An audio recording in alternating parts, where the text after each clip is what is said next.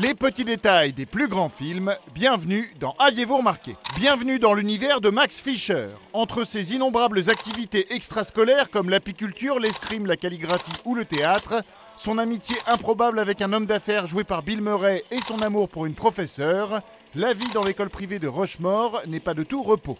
Après le succès de Bottle Rocket, Wes Anderson affirme son style dès ses débuts avec un film truffé de petits détails et références que l'on va découvrir ensemble. Le scénario de Rushmore est une nouvelle fois signé Wes Anderson et Owen Wilson, et ils l'ont même écrit avant leur premier film Bottle Rocket. Selon leur propre dire, ils souhaitaient ici se rapprocher du style de Roald Dahl, un auteur que Wes Anderson adaptera des années plus tard avec Fantastic Mr. Fox. Et l'histoire de Rushmore reprend des éléments de la propre vie de ses auteurs. Ainsi comme Max Fischer, Owen Wilson a lui aussi été viré de son école, et le film a en partie été tourné à la St. John's School à Houston, Texas, le lycée de Wes Anderson. L'école où travaille Miss Cross, nommée Webster Smalley School for Girls, est un clin d'œil à Webster Smalley, un professeur de théâtre qui a enseigné à Wes Anderson et Owen Wilson lorsqu'ils étaient à l'université. Quant au discours sur les privilèges que donne Bill Murray dans une église au début du film, il est inspiré d'un véritable discours donné par Robert Wilson, le propre père des frères Wilson. D'ailleurs, les trois frères Wilson sont présents dans le film. Andrew Wilson dans le rôle du coach Beck et Luke Wilson dans celui du docteur Peter Flynn qui sort avec Miss Cross. Quant à Owen Wilson, il joue le rôle du défunt mari de Miss Cross, que l'on peut apercevoir sur une photo dans sa chambre. Rushmore marque la toute première collaboration entre Wes Anderson et Bill Murray, déjà une star à l'époque. Si Anderson, en tant que grand fan de Bill Murray, était intimidé par l'acteur, Murray lui-même avait déclaré avoir tellement aimé le scénario qu'il aurait fait le film gratuitement. Si vous regardez bien, son personnage porte toujours le même costume, sauf sa chemise qui change, toujours de la même couleur que sa cravate. Et on peut aussi voir l'annonce d'un futur rôle de Bill Murray chez Wes Anderson, celui de Steve Zissou, parodie de Jacques-Yves Cousteau, puisque le livre que lit Max au début du film est un livre de Cousteau lui-même.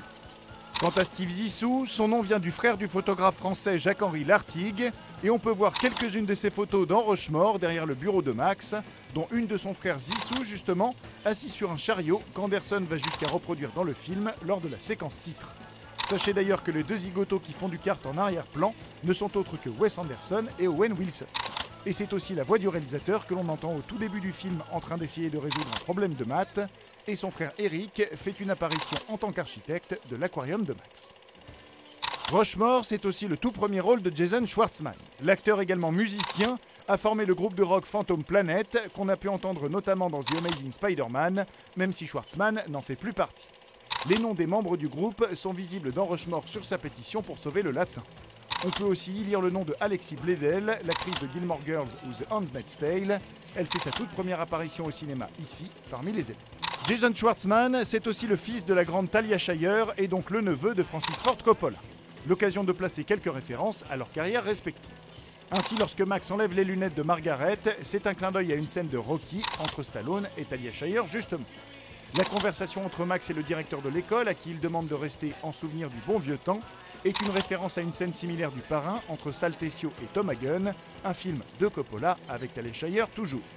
Enfin, sa pièce de théâtre au Vietnam est un hommage à Apocalypse Now de Coppola, avec notamment un personnage portant une planche de surf.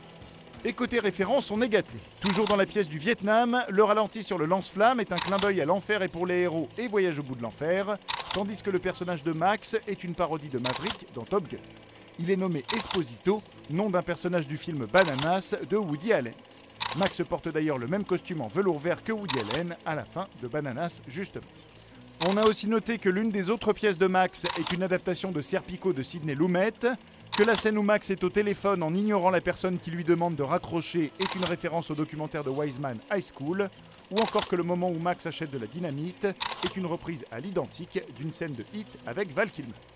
La scène dans le cimetière avec de la fumée dans le fond est un clin d'œil au film Daisy Miller, tandis que la citation sur la tombe de sa mère est un poème de Thomas Gray, également utilisé comme indice dans le film Disney de 1977, La course au trésor. Le livre que lit Miss Cross à ses étudiants la première fois que Max la voit est Kidnapped de Robert Louis Stevenson, un roman d'initiation dont le thème annonce celui de Rushmore. Enfin, comme dans beaucoup de ses films, Wes Anderson rend hommage à la bande dessinée Peanuts avec Snoopy et Charlie Brown. Le père de Max est un barbier comme le créateur de la BD Charles M. Schulz. Il fait du cerf-volant comme Charlie Brown et il porte un bonnet et une plante verte similaire à celle du personnage dans Joyeux Noël Charlie Brown. Mais ça bien sûr, vous l'aviez remarqué. Non ?